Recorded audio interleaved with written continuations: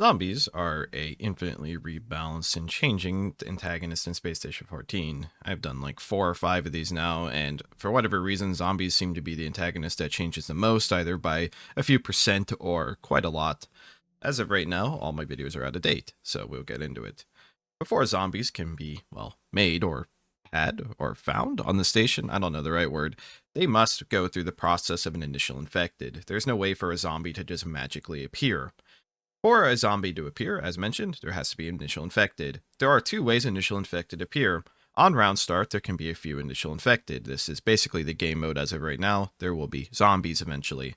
Also, after 90 minutes on WizDead, there is a chance for 3 people maximum to be selected as initial infected. This is a pretty rare one. I don't know how long WizDead rounds last anymore. I haven't played WizDead in a long time, but an hour and a half seems like a fairly long time for LRP servers, so it's probably not all that common to be seen.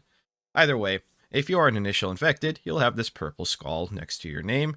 AI zombies will not be able to attack you or hurt you, and you'll be able to see other initial infected. We don't really care about the initial infected, we care about the zombification process. If you're initial infected, you could turn into a zombie at any time by using the turn undead action. This will immediately turn you a zombie at full HP. If you do not turn into a zombie willingly, you will eventually be forced to turn into a zombie. You have a grace period as an initial infected until you start taking damage. The zombie virus, if you are infected in any means, will do 0.3 poison damage per tick, and this will increase if you are in a critical state by a massive amount. Basically, not necessarily untreatable if you're in a critical state, but if you are infected and you go into a critical state without immediate and direct medical attention, you will zombify. So upon reaching death, when you have the zombie virus in you, you will turn into a zombie. I will also just mention if you're in critical and you get bit by a zombie while critical, you will immediately zombify. What are the stats of a zombie? So if I turn into a zombie, we're going to notice one thing immediately. You actually will drop your gloves. So if you have any form of insulated protection, you will lose it. Another thing worth mentioning, somebody who is armored who gets zombified and has flash resistance can really be a nightmare, because heat is normally a big deal, but like if somebody in an Atmos suit gets zombified, you could no longer really laser them down easily, and this is where you get these type of juggernaut situations. Also, zombies who had flash protection maintain that flash protection. Like if I just set off a flashbang very quickly, this is somebody who's immune to it. Like the captain is immune to these flashes in this case and incredibly armored, so that's very terrifying. And just in case I'm missing something, I will retest this, but I'm pretty sure, well, I know that zombies can actually be flashed. So if you see a zombie coming at you and you have no other tools other than a flashbang and you can tell that they don't have flash resistance, you can actually flashbang them. I'm not sure how much that would make sense for a zombie to be affected by a flashbang, but it does.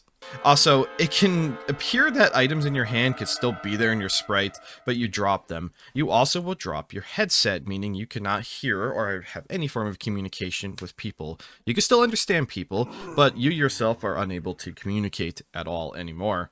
Of course, you'll know who's a zombie by seeing this green indicator next to them. If you are unmasked, you will immediately appear as zombified. Also, if it's also not apparently clear, your sprite will turn green sickly to indicate, well, you are, of course, a zombie. One also big key point is you lose a lot of movement speed. So regardless of whether or not you have any movement speed modifiers before, you lose 30% of that. So I'm completely unarmored with no movement speed penalties. I am now 30% slower than somebody who has no movement speed penalties at full health. So that is one immediate obvious thing. Zombies have the capability of biting and screaming. You can also turn on things like PDA lights, but you probably don't want to give yourself away in a dark situation. You can walk up to a target and right click it to wide bite or left click to bite directly. Your bites actually do quite a lot of damage. You do 20 damage a bite, and if we look at the damage dictionary or whatever, we do 13/7 pierce a bite. So this is not only going to make people bleed, you also have a chance, of course, of infecting them per bite. We'll get into infection chance in just a moment. We're just covering the stats of the zombie right now. Zombies also feature a lot of damage reduction, well, to certain things. You take 40% less blunt, 20% less slash, but you take 25% more heat. You have no special benefits to explosive, you're immune to poisons and radiation, take a lot less to cold, which you're not going to run into that all that often, but it is worth mentioning you take even damage to slash. So heat and slash are the way to kill a zombie, pierce if you have no other option, and blunt if you really are to last resort. I'm not going to cover specific, like, this weapon's better than that weapon. Like, if you have a welding torch versus a crowbar, use the torch by turning it on. If you have a screwdriver over a crowbar, the screwdriver is better than nothing. And if you only have your fist, well, good luck. You are not going to beat a zombie in a bite versus fist competition. Actually, most weapons don't beat a zombie's bite in a pure DPS chase anyways. Zombies also will feature the ability of regenerating, and I will just show you. Zombies feature a pretty impressive health regeneration. For example, I'm just using a Throngler because this does a variety of damage hits. They regenerate pretty much all types of damage evenly at a pretty fast rate. They recover blunt quicker than slash and pierce just by a little bit, but even still, even though they are resistant to heat, they will also passively heal this. So if they take a wide variety of damage, they will have this capability of healing. Zombies don't breathe, they don't take any form of barotrauma damage, but you can burn them. So that's always something worth considering. But yeah, you are not safe from zombies in space. You're not safe from zombies in a spaced room in any capacity. Just something to keep in mind. They can and will heal you, and this is another reason why blunt damage is something you should really avoid. Zombies healing also goes into overdrive when they are in a critical state, healing significantly more, as seen here. It's pretty much, I think it's literally just doubled until they are back standing. A zombie needs to be killed, otherwise they're gonna get back up. And apparently critting a zombie that doesn't have an AI component re-gets the AI component when they are uncrit. Damn it. So, you will know a zombie is dead when they actually do a death gasp. Zombies can actually fake this, as far as I'm aware, are still able to fake this, so you need to keep hitting them until they are dead. Don't be fooled for a corpse. Zombies can also play dead, so they can really get a jump on you. Thankfully, you're faster than them, but even getting bitten once without proper zombie protection can be deadly. Speaking of getting infected, we'll talk about infection chance. This is a somewhat complicated process, but really, you just need to keep two things in mind. The more armor you have, the less likely you are to get infected. However, the least likely chance of getting infected is having infection resistance armor. Things like biosuits have this by default. Even certain things like riot suits may not have this, but they have such a large resistance to slash and pierce and stuff that they naturally give you a bit of resistance to zombification. I will put a chart on screen from the PR that will change the way the zombie virus works. Things like caustic resistance help a lot. Slash resistance gives a most protection. Pierce gives some. Blunt armor barely gives any type of protection. So in armor, such as the security biosuit, gives caustic, slash, and pierce, great for infection, and obviously an infection chance. Having your head covered also helps with this type of infection. So generally, the more armored you are, and if it's specialized against zombies, you're good to go. Seaburn armor is basically, doesn't quite make you immune to zombies and makes it very unlikely. Every time you get bit, you have a chance of getting infected. As far as I'm aware, there's no way to actually avoid infection without getting into Ambizol. Ambizol will cure a current infected person. Nothing can bring back a zombie person. If they have been zombified, they are done. They have to be turned into a Borg. You cannot unzombify them.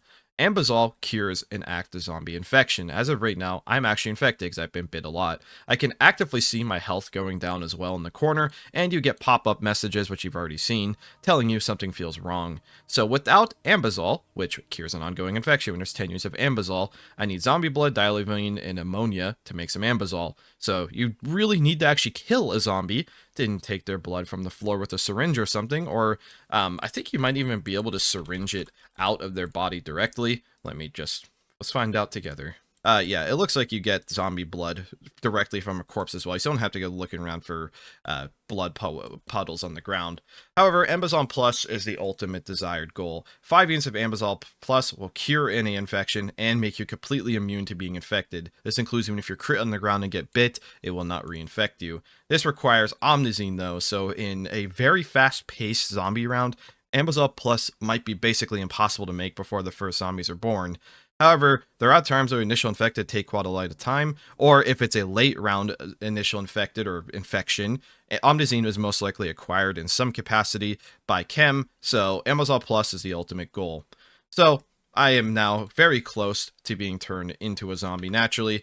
If I were to not get any form of treatment, so now I've taken the Ambizol Plus pill. Once it kicks in, I will become zombie immune, and the poison damage will stop immediately. It won't magically make me healthier. I still have that damage, But that's really it. Also, one other tiny thing: if you're the last human or last non-zombie person on a station, you will consistently get a message saying you feel alone.